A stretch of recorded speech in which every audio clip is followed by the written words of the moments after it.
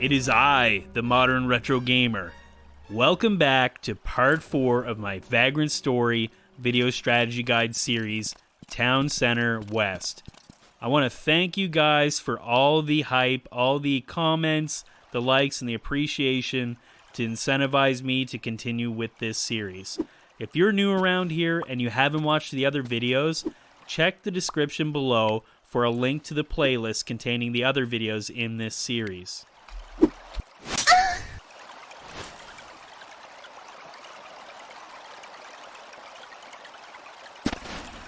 They ask you how you are, you just have to say that you're fine when you're not really fine, but you just can't get into it because they would never understand. In the last video, we learned how to use elixirs to increase Ashley's stats permanently. And the other big thing that we learned was how to use the chain ability Raging Ache. We also spent some time brushing up on what we had already learned from previous videos as well. In this video, we'll be fighting this guy, Father Duane, as the boss, while we make our way to the abandoned mines through the Town Center West. Grab your snacks, brew your coffee, or crack a cold one, and let's get started.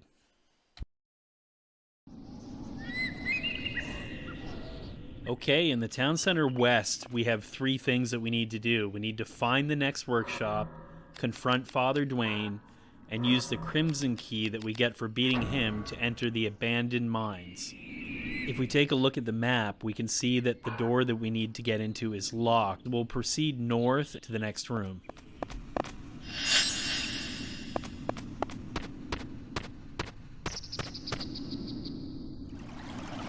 The south door in this room is the Magic Hammer workshop. We want to go in there.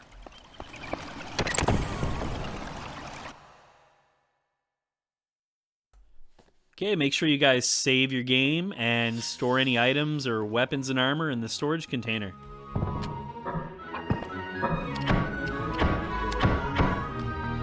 Here I'm going to disassemble the shady gaff so I can get a blade and a different hilt to use in constructing different weapons. And I'm going to do the exact same thing with the pink squirrel.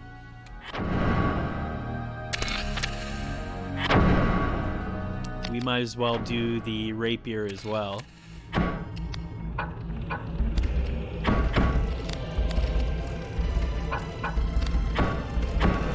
I'm going to disassemble my Soul Kiss because I have a stronger grip, the crossguard, that I had from disassembling another weapon. So we're going to add that to the Scramazax to increase its stats. Remember that the Scramazax is a silver blade, so that makes it really potent when we fight undead enemies. So we want to keep one of those on us most of the time. And we'll throw a gem on there as well. We'll put the Braveheart gem, which increases all class damage by 3, and it also increases your accuracy by 20%, so that's quite a good boost.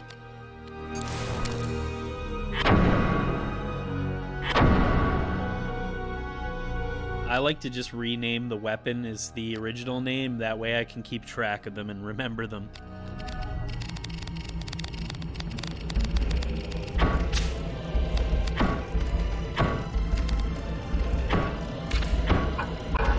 Before we go, we're going to add a scimitar blade to a swept hilt to make ourselves another Fandago, just with the strongest components that we have. We will be needing one of those as well.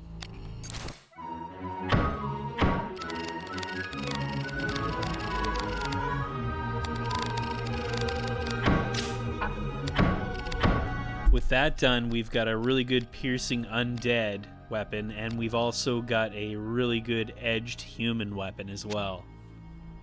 That should get us through the next part of the game here.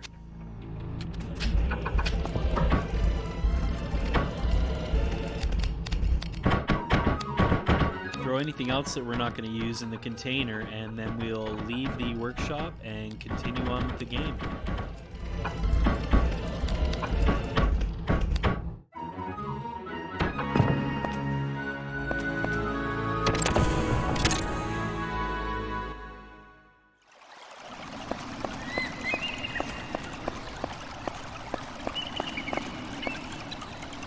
we go through here, we can see a missable cutscene that explains some of the story. We do need to head south to continue the game, but for people that want to see everything, I'd suggest going here first.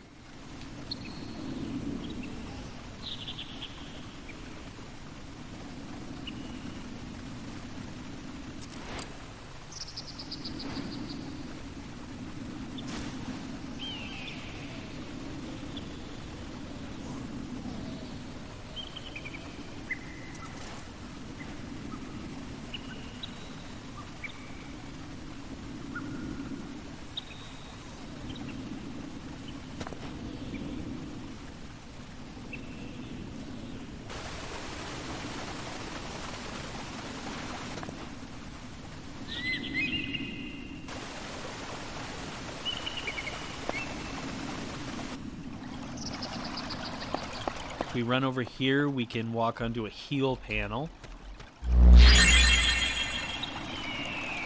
That's pretty well all there is to do here, so we're going to continue back to the room that we started in when we walked up the stairs.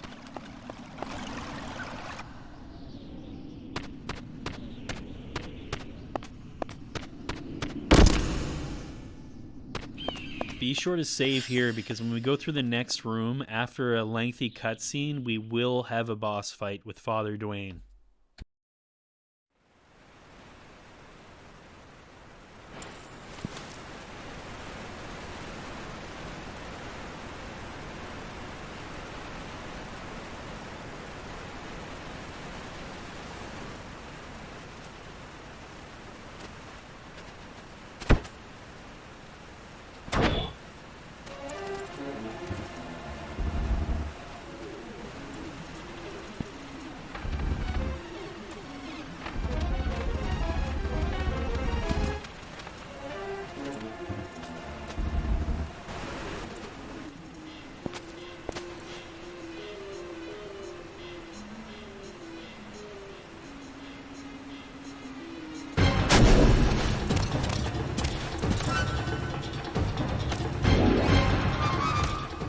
This boss fight actually has 3 enemies. We'll be fighting Father Duane and his 2 Crimson Blade guards, Sarjik and Bejart. Both Sarjik and Father Duane are weak to edge weapons, which is what the Fandango is, so there'll be no problem. Bejart is weak against piercing weapons, but we'll be able to take him out with the Fandango as well. Start by casting Prostasia to beef up your equipment and your stats. Then cast Degenerate on Sarjik to weaken him as well.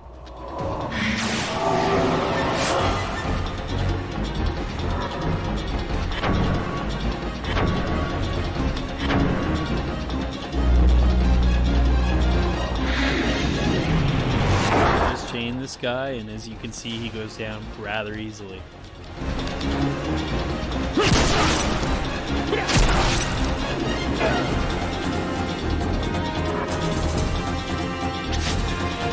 Next, Bejart comes running down the hill. Just cast Degenerate on him like you did Sarjik, and just attack him. He goes down really easy as well.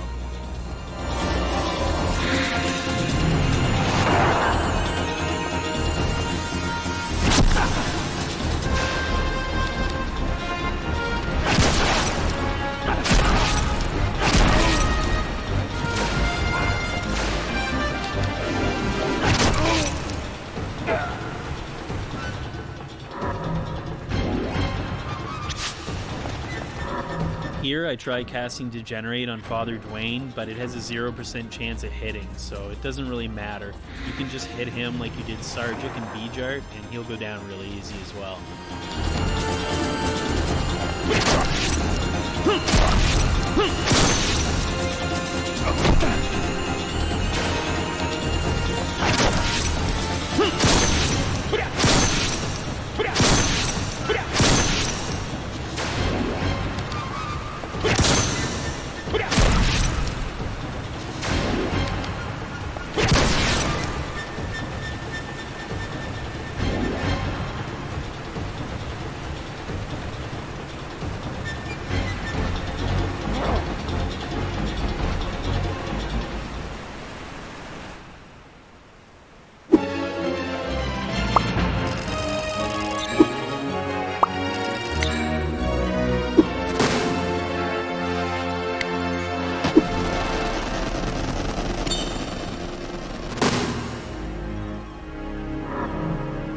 After dispatching Father Duane, we get the Crimson Key, and we can use it to open the locked door in the town center west at the beginning.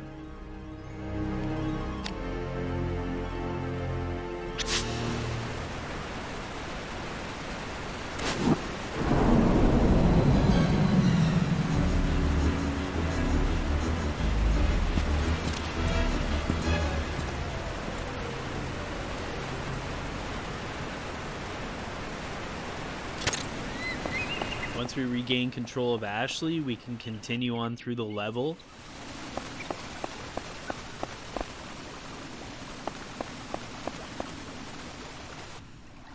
This is the room with the workshop. Remember that there is a healing panel here, so if you were hurt in the battle with Father Duane and the Crimson Guards, then I suggest using it to heal yourself and lower your risk. We're also going to go into the Magic Hammer workshop here because we're going to use the rapier blade that we got from one of the Crimson Guards in the boss fight there. And we're going to combine it with another rapier blade. And then we're going to craft a new weapon and add a gem to it as well. So it will increase the stats. A good rule of thumb for creating stronger weapons is to take two of something that you have that's the same and combine them, and usually you'll end up with this stronger one in the end. By combining our bronze and our iron rapier blades, we actually create our first Hagane weapon.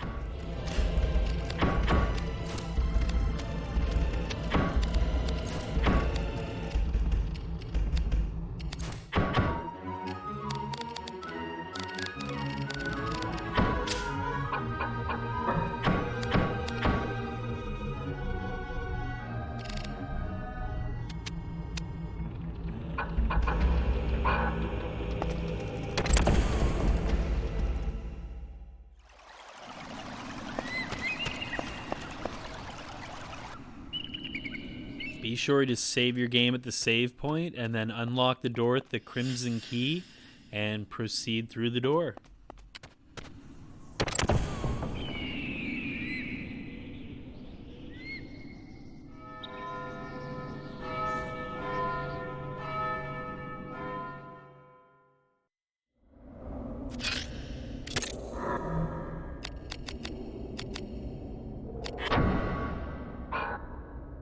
In the next room we have some undead enemies, so I'm going to equip the Soul Kiss instead.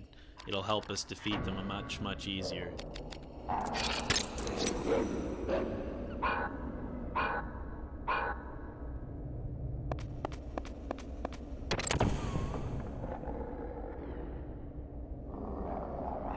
We're going to be spending quite a bit of time in this room. We have a zombie fighter and a zombie knight, and they drop quite a few good items, so we're going to be farming here, and then we're going to be running back to the Magic Hammer workshop, and we're actually going to be creating some stronger armor for ourselves to use.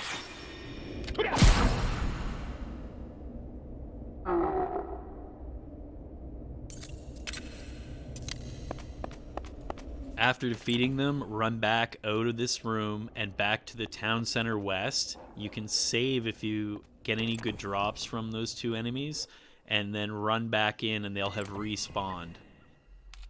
We're going to be fighting those two over and over again, so you're going to be spending some time here, so get used to it.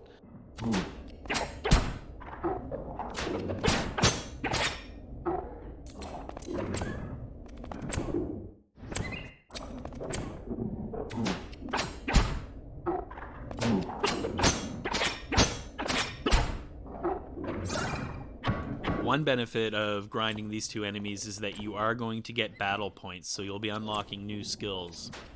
In the bottom left, you'll notice that the undead and light attributes for your Soul Kiss weapon keep going up as well, so it'll just get stronger and stronger when fighting undead enemies.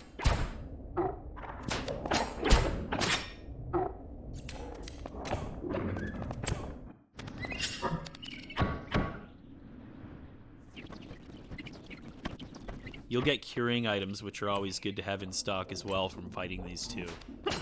Here we get an iron ring mail from the zombie fighter, and we're going to be also trying to farm for a bronze ring armor as well, and we'll combine those at a workshop to make a Hagane one, which is much stronger.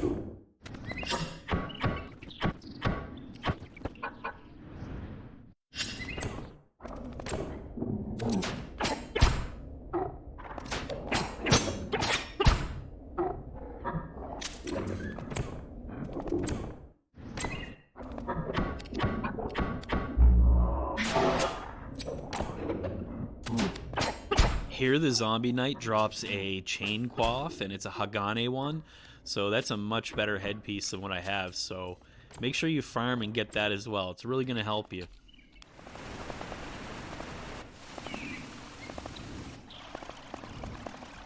If your inventory starts to get full, make sure that you store things in the container in the weapon shop. And you might as well save while you're here as well. You don't want to end up dying and losing some of these rare drops that you got from farming those zombies.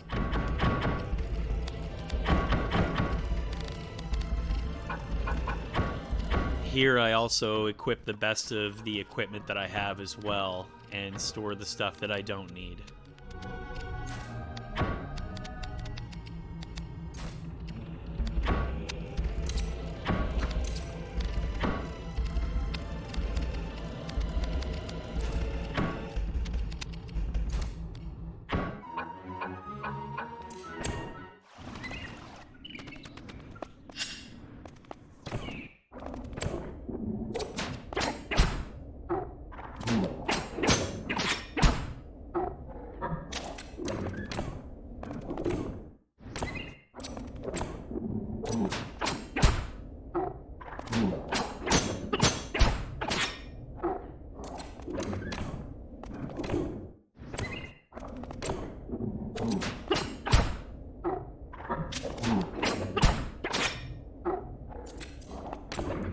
The Zombie Knight finally drops the bronze ring mail. Now we have the bronze ring mail from the Zombie Knight, and we have the iron ring mail from the Zombie Hunter. So we'll be able to combine those two and make a Hagane ring mail.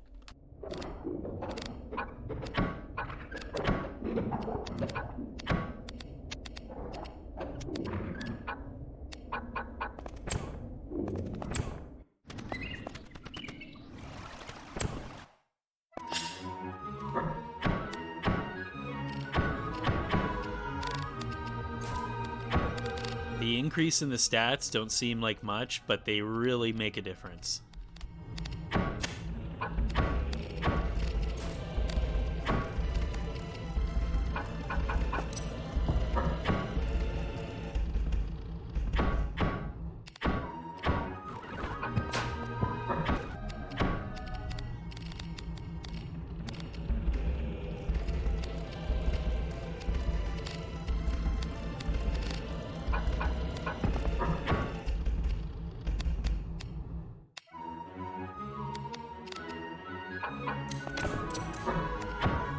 Now we have two pieces of really good Hagane armor, so we're able to continue to where the zombies were and push on through to the abandoned mines.